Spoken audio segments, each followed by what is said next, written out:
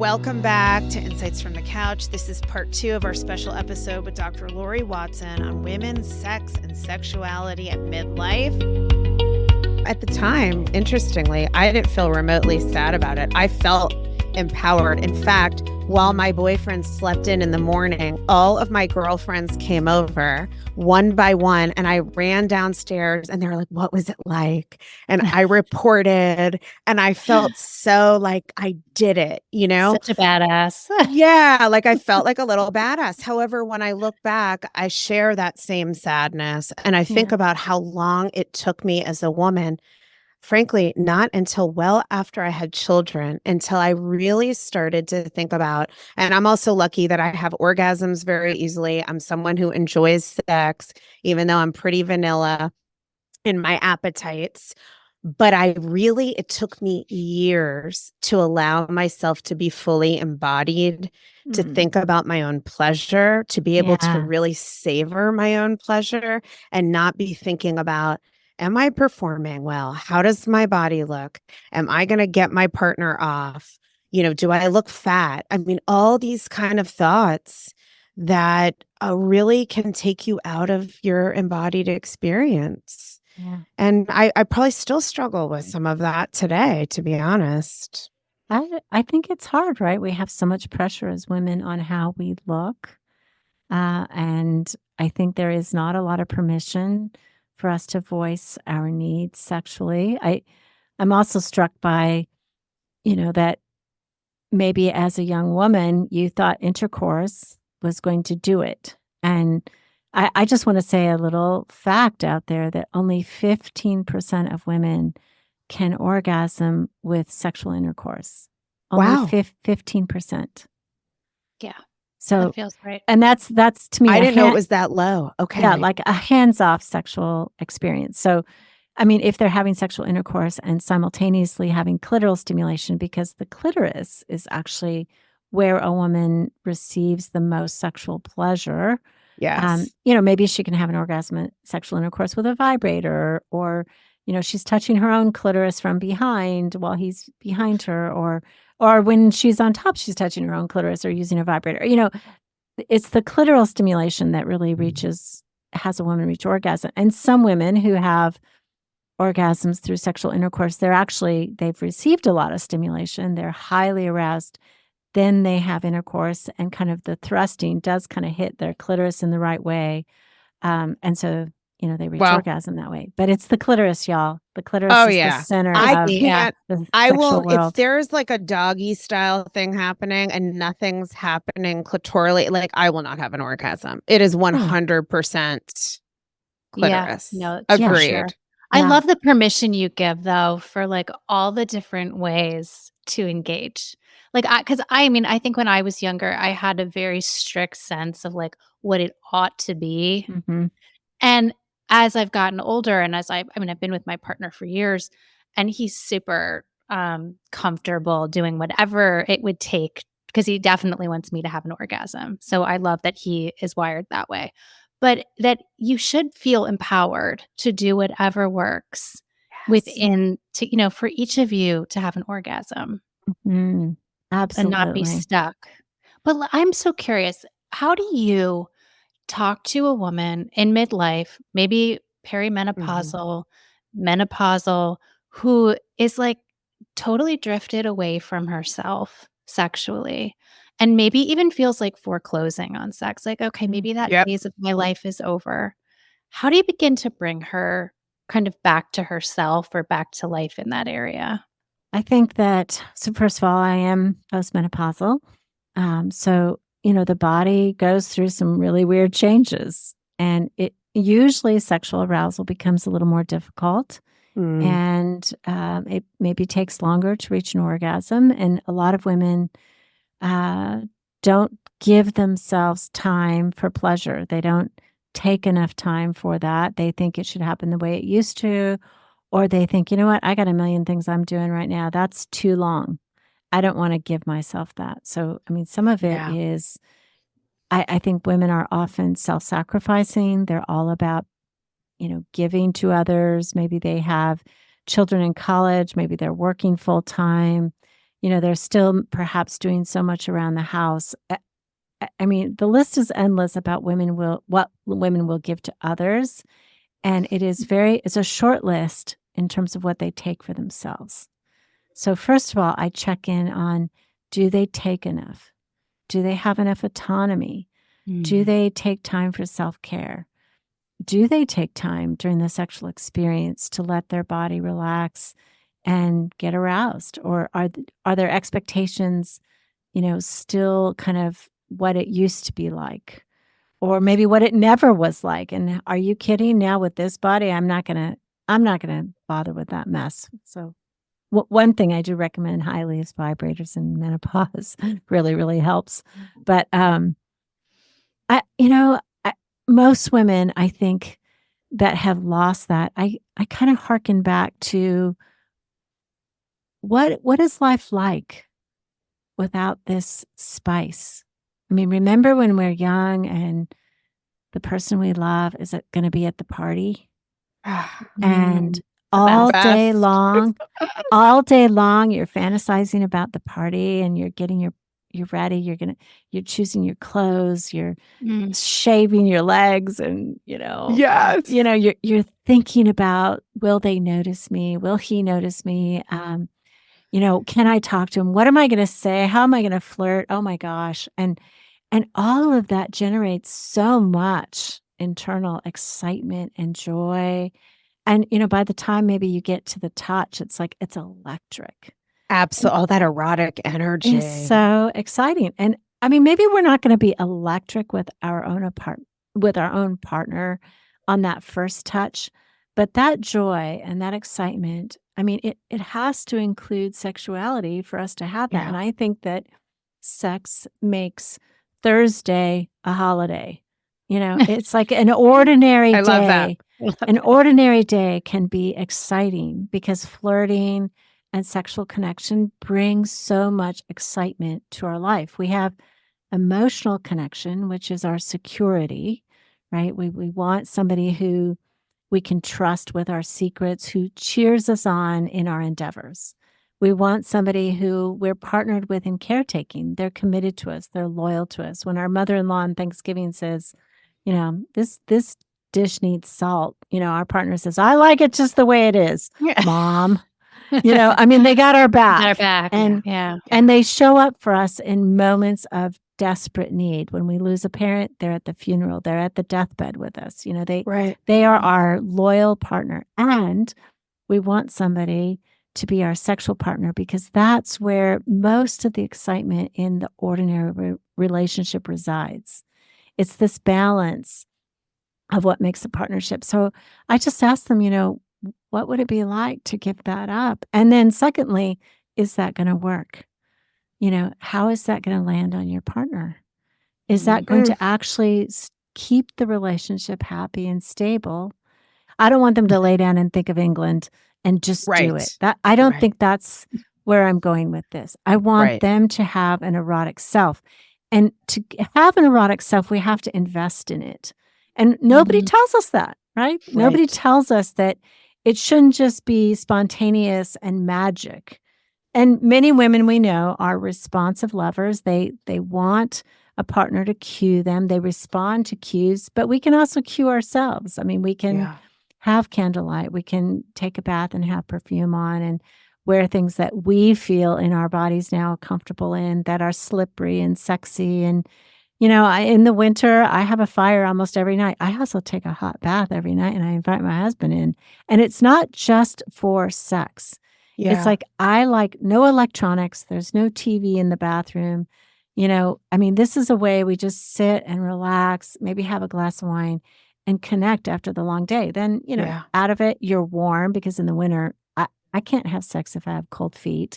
I hear you on that. But you're warm, you're clean, you're connected, you've spent time together. It's such a lovely way of, producing, sort of cueing myself for romance and sex, and lot to work on there. I love that. I love that. Listening to you, I feel myself coming alive just with the possibility and how important it is to be connected to to your erotic self, and that this can't really all be dependent on your partner. This is also something you've got to work on and invest in. So to that end, I have a question for you. Just asking for a friend. No, I'm kidding. It's for me. I'm just going to throw this out there. So I said, I orgasm very easily, clitorally, but very easily with sex. And as a result, I really like being on top because that is so much clitoral stimulation. I'm in control of it. And it's just, it goes like clockwork for me, and it's great.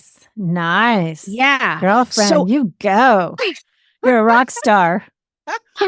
or something. It's so in line with your personality too, by the way. In what sense? That I'm in control? Yeah, like that you take what you want and you're like, I know what works. It just like feels very you is all I'm saying. Yes. I think you're right. It's also this joyful kind of It is part that I joyful. see in you. Thank You know? Yeah. The joie de vivre. Yes. Right. Yes, Exactly. I'm into it and I enjoy it. But what I wonder about is, I have not heard any complaints from my husband about this. He seems to enjoy this as well. But I wonder on a level, like I was saying this to Laura earlier, I could do that same position every single time and never do anything else and be totally happy and satisfied with my sex life. And I feel very fortunate that I do enjoy it and that I do have intense, wonderful orgasms.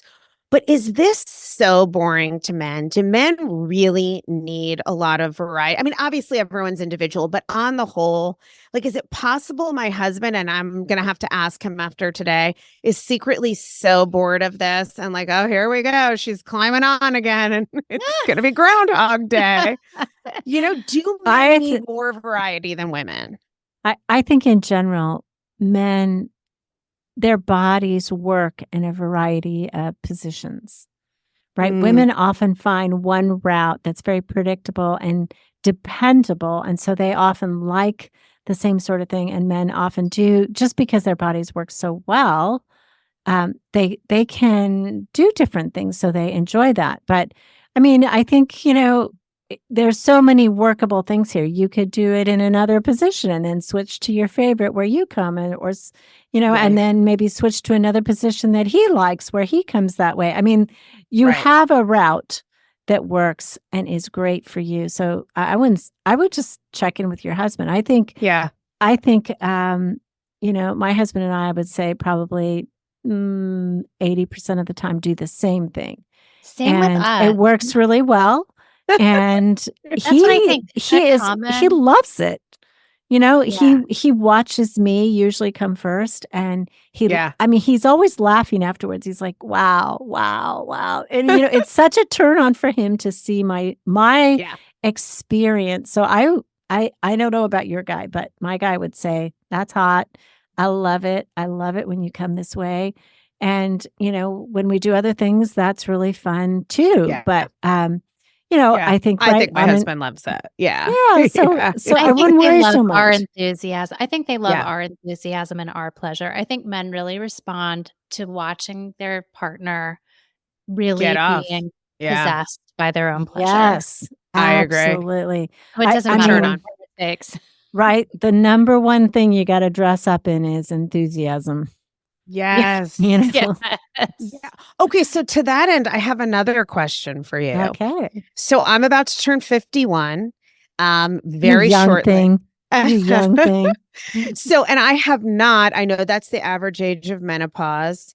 I haven't gone through menopause yet. I am in perimenopause and have been for quite some time, but I still feel just as much sexual energy, arousal, orgasm, lubrication, all of that. Nothing's really changed yet. But I have this idea in my head, and I'm curious if it's really so accurate. And for our listeners too, menopause is coming. Like I think about it, I'm like, oh God, any day now. It could be tomorrow. It could be in a year, right? It's coming soon.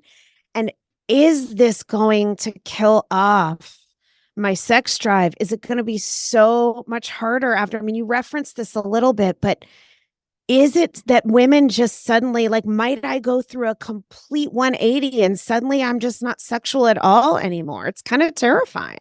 It's kind of scary, right? Yeah. Yeah. So I mean, I think that for most women, sexual desire, if you have it and you own an eroticism, it's deeper than hormones because really testosterone for a woman, it starts at 75 nanograms per deciliter in the blood when they are 18 years old. We Wow. always hear that women at 30 are sort of come into their own sexually, but the reason women come into their own sexually at 30 is they have a voice. They are more willing to talk about what they want. At 40, our testosterone is in half. At menopause, it's infinitesimal. And lots of women in menopause have resurgence of sexuality. That ain't hormones. That ain't hormones. It's something internally that they get a hold of that they say, I don't give a damn anymore. I'm going to enjoy this. Okay, yeah, I got cellulite on my thighs, whatever. My partner loves me. Why have I been so critical? I'm going to go for it. So or they have a new partner and they say, that'll do it. all the problems of the old one, right? Right. All the problems of the old relationship are gone and now I feel free. So it isn't strictly hormonal. I love it. What do we do? But there are problems, I will say. Yeah. And so I belong to a group of EFT therapists, group practice owners, and all of them are in menopause or perimenopause. So we talk a lot about the changes, and there are significant changes. Both our hormones drop, estrogen, progesterone, and testosterone drop. Vaginal dryness is very real. Also incredibly curable. I mean, I am an advocate for hormone replacement therapy, which is we call it HT hormone therapy. Talk to your doctor about it. You could absolutely be a candidate. People are very afraid of this because they're afraid that they'll get breast cancer if they use estrogen. Definitely evaluate your own risks and talk about that. Vaginal estrogen is like a no-brainer. It is not systemic. It is local. It keeps the vagina, the vulva, the clitoris, the labia plump and replete with hormones so that it's hardy. So women Wait, should how do you not get a have hold to, of that, Lori? Like, Yeah, where's your doctor. that? Your doctor. Okay. It's a I'm like, is prescription. that at Walgreens? On the No. No, it's a prescription. And I would say in menopause, oftentimes, lubrication is necessary. Yeah. And really important. And so, I mean, there are differences. I think weight gain is easier. Our metabolism shifts in menopause. And I think all of us, in menopause, it's like, that's the last thing we want is that middle section. And that's kind of where the weight grows in menopause is around our middle. And, so there are definite challenges with self-esteem, with like actual physiological issues and the way our body responds. So I think the big takeaways is you have to have an erotic core. Yes. Okay. So tell me, what happens when a woman does not have an erotic core? And does it just not develop for some people? Yeah, it doesn't. I mean, some women, like, they don't take the time to even think about that, right? Maybe sex is okay because a lot of women enter menopause and sex has not been so great. And then they get to menopause and they have physiological problems and they're so discouraged. So, I mean, there can be some big problems. And I think a lot of women don't realize that I have to have something internal that's about sex. I can't just rely on being cued or, he wants it again. Okay, I'll do it. Want to put it on my list. I mean, that's to me a depressing way to think about sex. Oh my God, I agree. Yeah. I think that many, many women enter menopause and they are struck by the physiological changes and they haven't developed something internal. And so, it's a big blow. It's a big problem. And maybe there are relational problems on top of it. You think about you've been married 25 years at this point and oh my God, everything sort of comes together at that point. The whole idea of a midlife crisis, that ain't no joke. It's because, right, we are faced with many things that we have not sort of taken the time to resolve along the way. So menopause kind of hits at that same moment. I know a lot of people think, well, I'll wait until the kids go off to college before I leave my partner. Oh, And yeah. we were observing many kids, college age kids of our friends whose parents were dissolving, and the kids were train wrecks. Just when they're launching out, having to find their purpose in life and a partner, they're like, why do I do this? My own Yeah. parents fell apart. And so Yeah. it's painful. All I Yeah. would say is, yeah, there's a lot to handle at midlife. There are physiological things to handle. This is the time when health habits really catch up with you. And Yeah. it can, kind of all tumble together. You're a sandwich generation. Your kids are Yep. so needy in high school and college, and then your own parents often are needy and failing. It's a difficult time, I will say.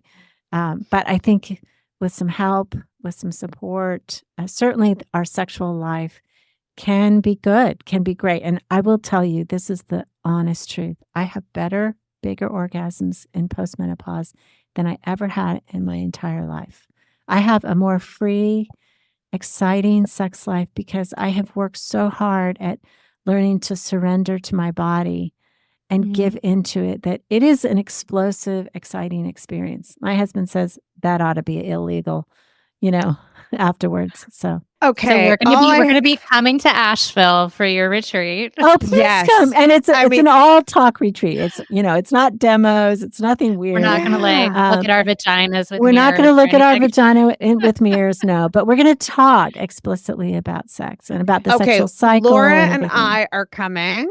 Okay. And maybe some of our listeners will be there too. I am so excited. And I just have to say, mic drop. When I hear you say, I have bigger, better orgasms after menopause than I ever did before, I'm like, I want more of that. And what I'm taking away from today so much is that even though there are changes and there are so many factors that it can impact and impede our sex life, there is always hope. And it comes back to, in many ways, really being connected to yourself, investing in yourself, believing in yourself and your body.